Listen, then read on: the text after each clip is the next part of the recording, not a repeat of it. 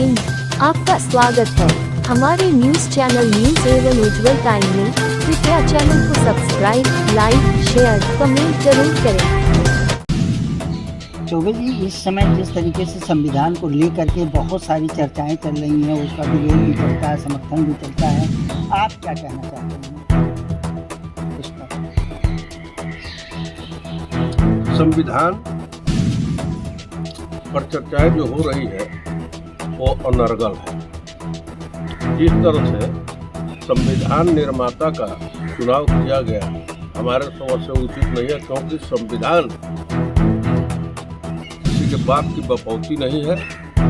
संविधान भारत का है, भारत के नागरिकों का है, इसलिए उस पर किसी प्रकार का टिप्पा टिप्पणी नहीं करना चाहिए।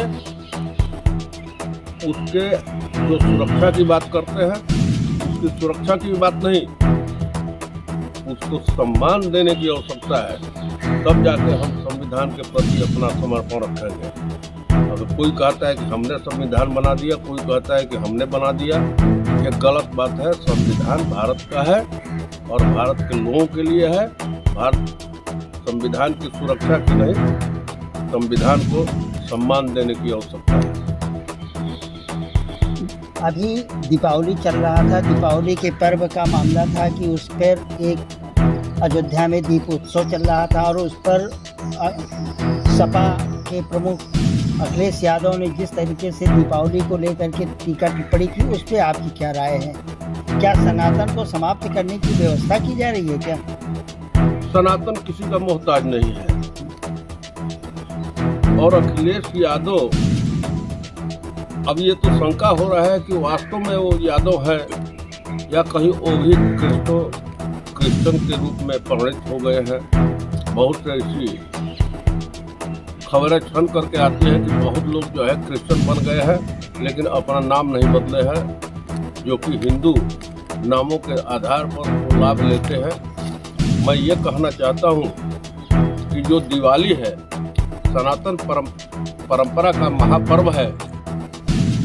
शायद अखिलेश यादव दिवाली पर खरीदारी जो हुई है उसके आंकड़ा को नहीं जानते। जो कैग ने या अन्य संस्थाओं ने जो खरीदारी की रिपोर्ट जारी किया है, ये 5 दिन का त्योहार होता है, चाहे वो भैया दूज से लेकर के, आज भैया दूज है ना, उसके बाद धनतेरस, दिवाली, गोवर्धन पूजा, अन्य जो है 5 दिवसीय होता है ये त्योहार। जानते हैं कितना का खरीदारी हुआ है? 6 लाख करोड़ से ज्यादा की खरीदारी। पूरा विश्व अचंभित है। 22 देशों का जीडीपी कहीं 5 लाख करोड़ का है, कहीं 5,40,00,000 करोड़ का है, लेकिन अकेले सनातन के त्योहार ने 100 लाख कुछ हजार करोड़ का खरीदारी किया है। अब ये अखिलेश यादव बताएं, जो दीपक की बात करते हैं, क्या प्रजापति समुदाय उनसे अलग है?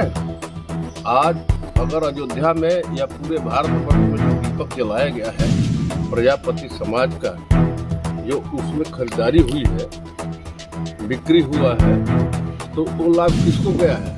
और दूसरी बात की, कौन सा ऐसा समुदाय है जो कि इस दिवाली पर खरीदारी से उसको लाभ नहीं हुआ है?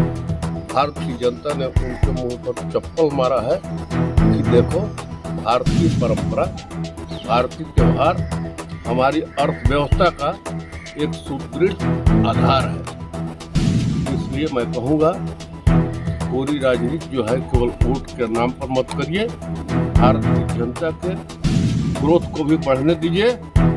और ये सनातन का त्योहार जो है आर्थिक व्यवस्था का ये भी एक आधार है। उसी के आधार पर ये प्रकृति के अनुसार सनातन चलता है और सभी वर्गों का आर्थिक स्थिति मजबूत करता है। इस समय जिस तरीके से बिहार की राजनीति को लेकर के आरोप प्रत्यारोप लगाए जा रहे हैं, विपक्ष कुछ और कहता है कि, और जो इस समय नीतीश को लेकर के बहुत सारी धारणाएं अपनाई जा रही हैं कि जब अब की बार चुनाव आएगा तो बहुत सारे बदलाव होंगे।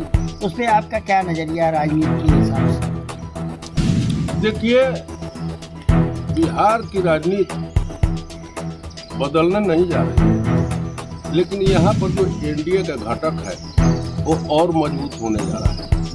जो लोग ये चर्चा करते हैं कि सरकार परिवर्तित होगी, प्रशांत किशोर भी एक कालनेमी की तरह वहाँ अरविंद केजरीवाल की तरह से अपने को प्रस्तुत कर रहे थे।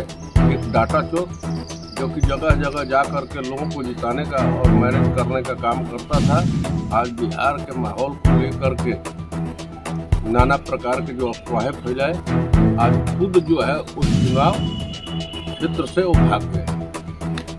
उनके जो प्रत्याशी जहाँ से टिकट दिए थे 2-3 का, वो जो है अपना चुनाव छोड़ करके बीजेपी में शामिल हो गए। रही बात वहाँ का बड़ा दल राजद है, लालू और तेजस्वी, इन लोगों के अंदर भी खटपट है। अब ये बताइए, इनकी बहन के साथ नहीं है, इनका बड़ा भाई तेज प्रताप जो है अलग पार्टी बना करके लड़ रहे हैं चुनाव।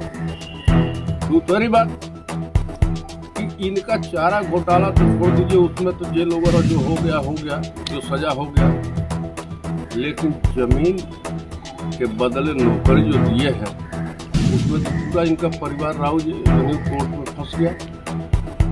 4 सीट दाखिल हो गई है, अब ये तो छूटने वाले नहीं है, सारा प्रूफ वहाँ पर है। तो जैसे कि फर्स्ट चरण का चुनाव हुआ, काउंटिंग के पहले ही इनको अगर देखा जाए तो ये जेल के सलाखों के पीछे जाएंगे और इनका कोई आधार नहीं है। दूसरी बात कि जो जंगल राज की बातें हो रही है, क्या जनता वो भूल चुकी है?